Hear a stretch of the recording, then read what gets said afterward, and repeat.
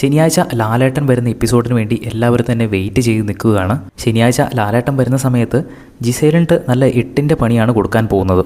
അതിനു മുന്നേ നിങ്ങളുടെ ഈ ബിഗ് ബോസ് വീട്ടിലെ ഏറ്റവും ഇഷ്ടപ്പെട്ട മത്സരാർത്ഥി ആരാണെന്ന് താഴെ ഒന്ന് കമൻറ്റ് ചെയ്യുക.